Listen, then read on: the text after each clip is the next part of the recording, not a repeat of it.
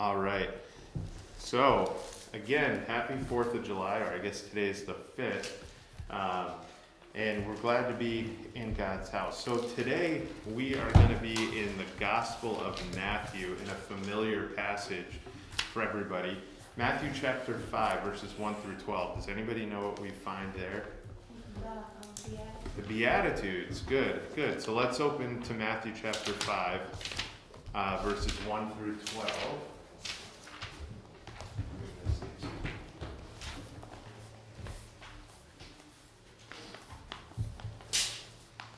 All right, let me know when you are there. Matthew chapter 5, we're going to read the first 12 verses. I like your journal, John. Thank you. What's the title? Not happy, but blessed. And we'll talk about why I said not happy, but blessed. All right, let's read those first 12 verses. Aisha, why don't you read verse 1 and we'll just go around the room. And seeing the multitudes, he went up into a mountain, and when he was set, his disciples came unto him. And he opened his mouth and taught them, saying, Do I have to read? No, go ahead, Esther. Read verse 3. Blessed are the poor in spirit, for theirs is the kingdom of heaven. Verse 4, John. Blessed are they that mourn, for they shall be comforted. Blessed are the meek, for they shall inherit the earth. Blessed are they which do hunger and thirst after righteousness, for they shall be filled. 7. Blessed are the merciful, for they shall obtain mercy. Blessed are the pure in heart, for they shall see God. Blessed are the peacemakers, for they shall be called the children of God. Blessed are they which are persecuted for righteousness' sake, for theirs is the kingdom of heaven. Blessed are ye when men shall revile you and persecute you, and shall say all manner of evil against you falsely for my sake. Rejoice and be exceedingly glad, for great is your reward in heaven. For so persecuted they the prophets which were before you. Very good. All right. So, what's the word that we see over and over again in verses 3? Blessed. Blessed. Okay. So we hear that word a lot, even in common or pop culture today. You know, people will say, oh, be blessed, or I'm so blessed, or have a blessed day. But I think we tend to use that word flippantly. So let me ask you guys, what's that? Old people use that word. Okay, well, what does it mean, Aisha, to be blessed? I'm not explaining it without using the word. Well, yeah, you would need to try to. I know. Or does anybody want to help her out? What does it mean to be blessed? Jasmine? Being rewarded, I don't know. Being rewarded? Okay, John? To be given blessings. That's what Aisha was just saying. It's hard to... Well, it's not the word. It's a different form of word. So, the word blessed, and actually a lot of people, as they teach through Matthew chapter 5, they'll use the word happy to replace blessed. But it's not completely incorrect, but it's not the most accurate way to translate it, because blessed is the word happy is very subjective. Being happy implies that there's emotion involved. And when we're talking about our human or emotions, those can change from one minute to the next. You know, Aisha can find out that she got a 100 on her exam and she's very happy. And then the next minute she steps in mud up to her ankle and now her shoe is dirty. And now she's not happy. So does that mean she's not blessed because she's no longer happy? No. Well, not necessarily, right? So the word that we say blessed it's not accurate to just say that it means happy. So let's go back to the original Greek text. The word that was translated in Matthew chapter 5 for blessed was the Greek word makarios, M-A-K-A-R-I-O-S. And it had a few different meanings back in Jesus' day. And I want to talk about a few of those. So one of the first ones was that it referred to the gods, little g. And, they were in another world. They were up on Mount Olympus, or for the Greeks, or, for the Romans. And they had everything they needed, everything they could want. They had no cares. And they were up in their own separate world with no cares to worry about. Another meaning of that word referred to the dead. In other words, they had lived a good life here on earth, and now that because they had lived a good life here on earth, they had passed on and into the next world, and there they were with no cares whatsoever. There was nothing for them to worry about. It also referred to the elite in the society of the time. So rich people who had power and money and a lot of things. And if you had money and power and things, then you didn't have much to worry about. So you would say, oh, that person is very blessed. Another, or a fourth meaning, was people who had lived righteously, or righteous living. And you guys know how at the time, if you think about a lot of the different stories from Jesus' time on earth, where they would come up to him and say, oh, if this woman is, she is constantly bleeding, or this man's son was born blind, who sinned? And there was this implication that if something was going wrong in your life, that it must be because of sin. Well, folks also believe that if you were rich and powerful, then you must have been blessed by God because of your righteous living. And as we know, and Pastor has talked about, a rich person may be a godly person. They may not be. A poor person may be an ungodly person, or they may be very godly. But one does not equal the other. So all of those translations at the time, Jesus was saying, hey, these aren't right. And that's what he was going through and telling us in the Beatitudes. Jesus turned this phrase, this word blessed, upside down by telling people that the blessed, or the elite in God's kingdom, are not the people, or are not necessarily the people that were considered blessed in that particular society. He was going to give them a new understanding or definition of the word. So let's pause there for a second. Let me ask you a question. So, a couple of you, tell me about a time when you were happy.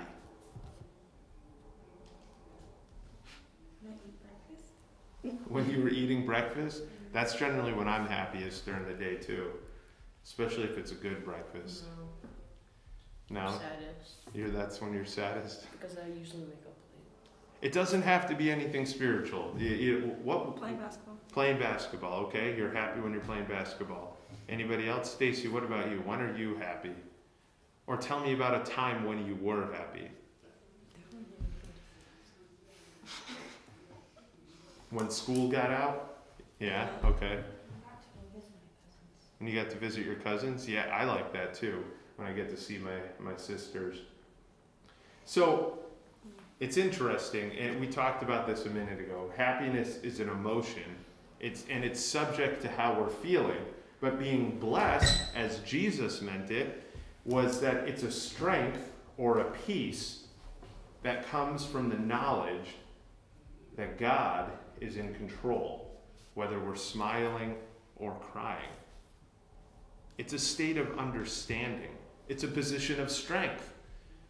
Because whether we're happy or sad, the emotional part, we can have a knowledge that God is in control. So now that we have that kind of baseline understanding of what it means to what Jesus meant by the word blessed, let's look through the Beatitudes, what Jesus said about each verse. So somebody read verse 3. Anybody? Go ahead, Jen. Blessed are the poor in spirit, for theirs is the kingdom of heaven. Okay, so blessed are the poor in spirit. What do we mean by poor in spirit? What's somebody who's poor in spirit? Does that mean their spirit has no money? They have no soul bucks? They've got no money in heaven? Okay, What definition do you want?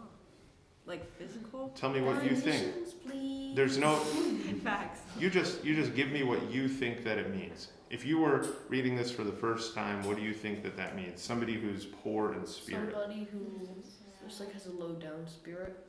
A what? Like a low down spirit. A low spirit? Okay. I thought it meant disabilities. Like, I don't know, like you're not normal. I don't know. Okay, so maybe you're disabled? Yeah. You don't have a good understanding? Okay, well, what Jesus meant here, somebody who's poor in spirit, is somebody who knows that they have a need.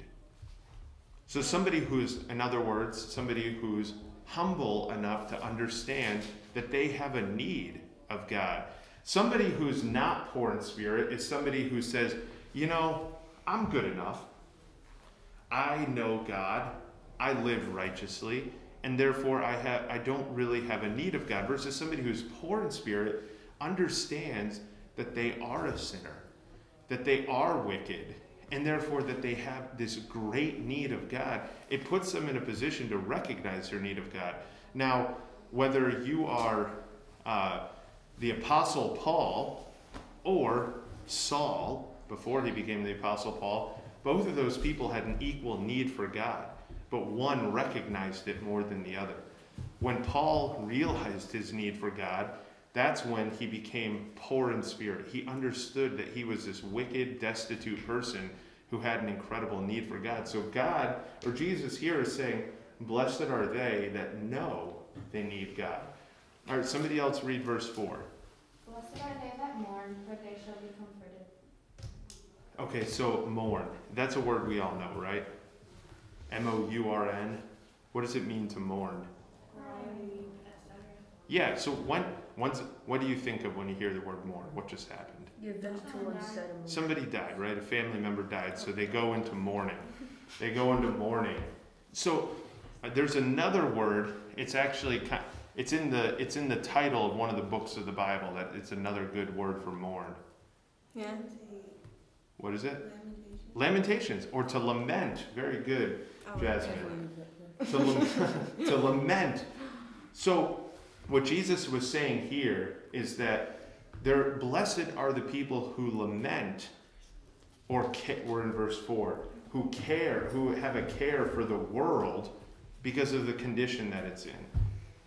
Blessed are the people who care for the rest of the world. And blessed are the people who care enough to want to provide the comfort for it. So how does Jesus tell us we can provide or help give that comfort? He says it a few times in the Gospels as a command. Go ye into all the world and preach. Yeah, by telling others about him, by telling them the good news. Jesus is saying, blessed are those that care enough for the world to go out and tell them about the comfort that they can have through knowledge of Jesus Christ and through the knowledge of his second coming. Blessed are those that care about what's wrong in the world and how and in their own life and how it can be fixed through a relationship with God. So again, so far in these first two verses, have we said anything about blessed are the people who are rich enough to not have any cares in the world? No.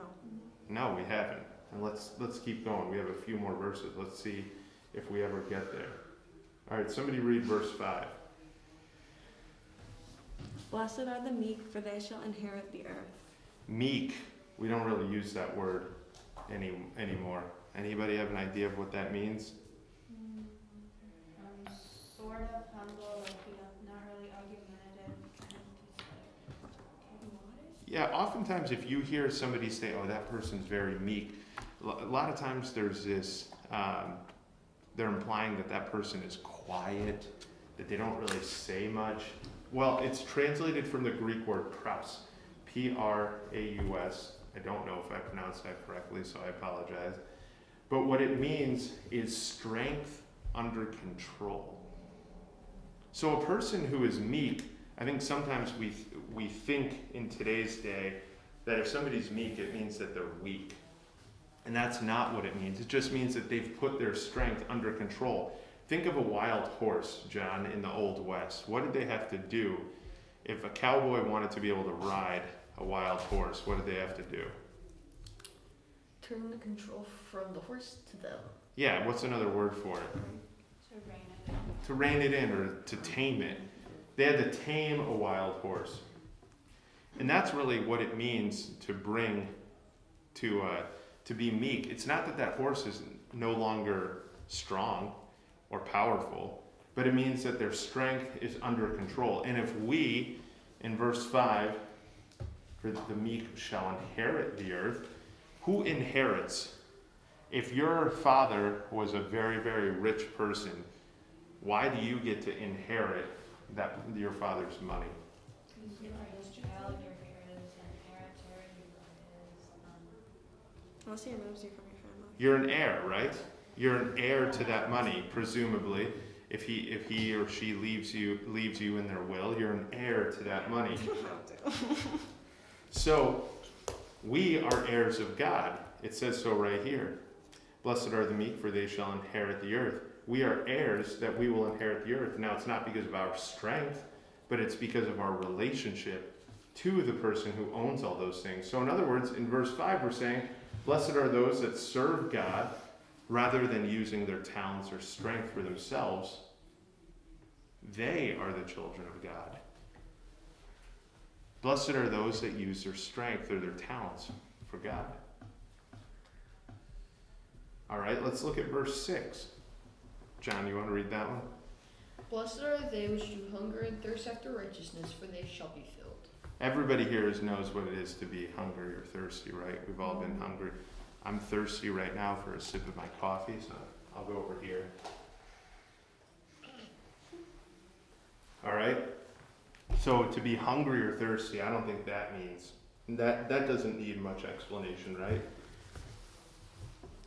So righteousness in today's day and age, I think can oftentimes, especially by the unsaved world, be used in a negative sense. When somebody said, oh, that person is just trying to act so righteously. It's almost given this connotation that a holier than thou. Oh, they're just trying to act better than you. Righteousness, who needs that? Bad people just trying to act like they're good. But what Jesus meant it to mean is to be made whole or restored or forgiven. In other words, healing for you or those around you or the entire world. So what verse 6 is saying is, blessed are those that hunger, have a desire, when you're hungry or thirsty, you have a strong desire for food or for water. And Jesus is saying, blessed are those who hunger or thirst for healing, for forgiveness. Still, we haven't read anything yet about blessed are those that are rich, or blessed are those that have power. Let's read verse 7. Blessed are the merciful, for they shall obtain mercy. Who remembers the parable of the Good Samaritan? Mm-hmm. All right. At the end of Jesus telling the story of the Good Samaritan, he asked the man that he told the story to, who was the good neighbor? The Samaritan. Okay. Why was he the good neighbor? because he showed kindness. He was the only one who showed mercy and kindness. So, this one's pretty straightforward. Jesus is saying, blessed are those that show mercy. Blessed are those that show mercy. If you show mercy, Jesus says, you'll obtain mercy. Jasmine, can you read verse 8?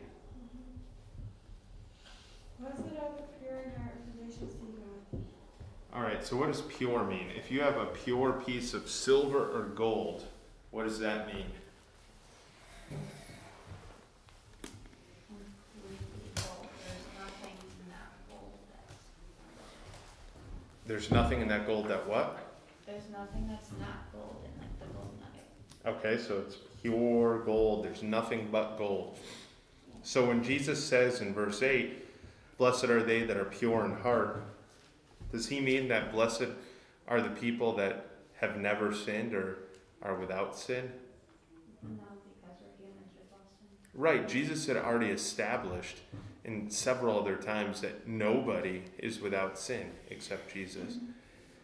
So if he doesn't mean that blessed is somebody who's pure in heart, if he doesn't mean that blessed are the people that are without sin, what do you think he means? Well, I'll give you a hint. So again, pure, the Greek word was katharos, Katharos. It can mean motives. Motives. So if we just insert that word and say, blessed are those that are pure in motives, or blessed are those who have the good or right motives.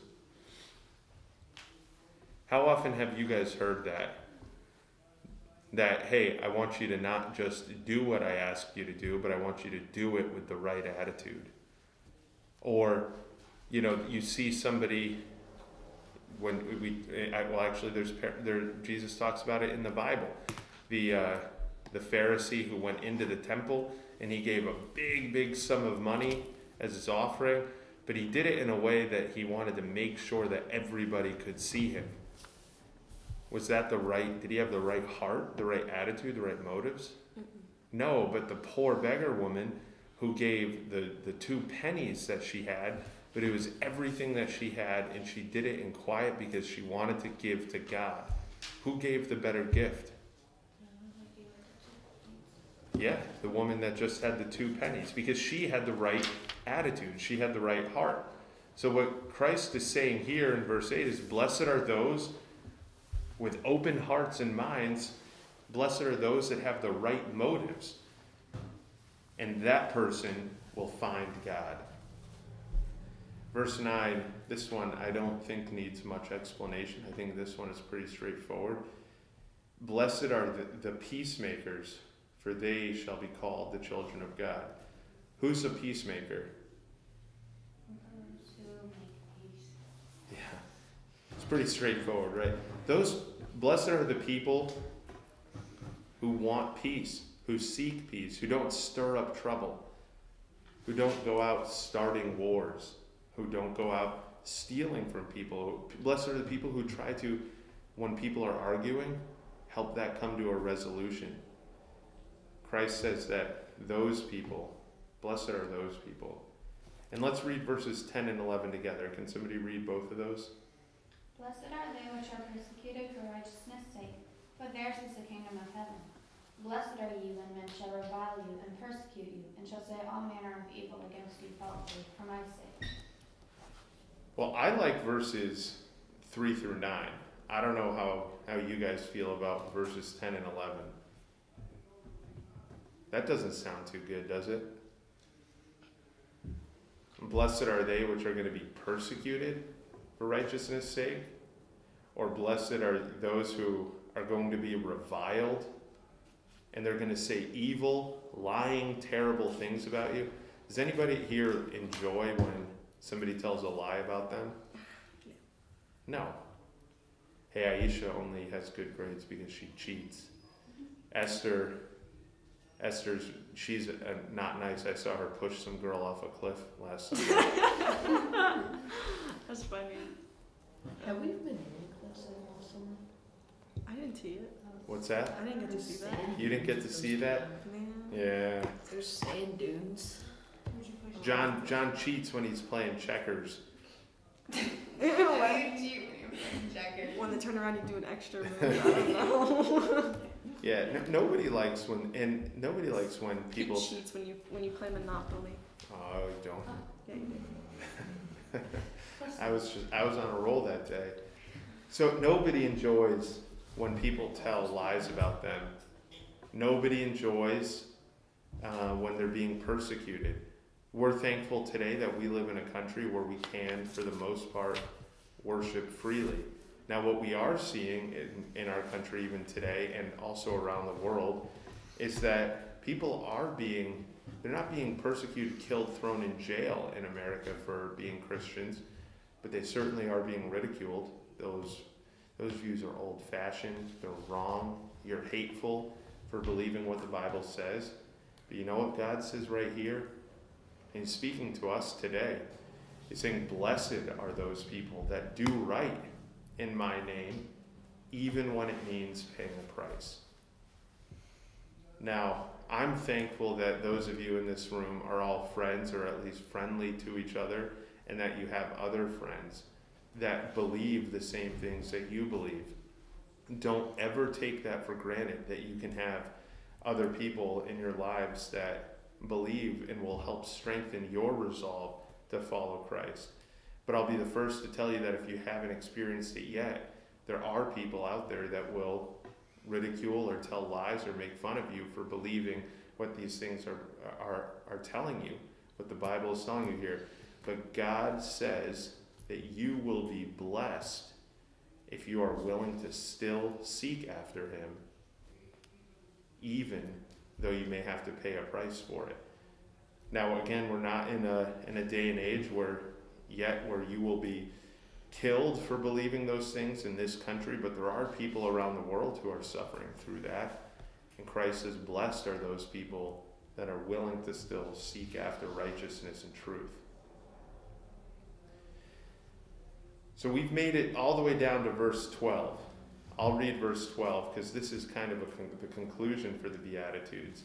Rejoice and be exceeding glad, for great is your reward in heaven, for so persecuted they the prophets which were before you. So throughout all of the Beatitudes, verses 3 through 11, Jesus never spoke about being rich, being famous, having power,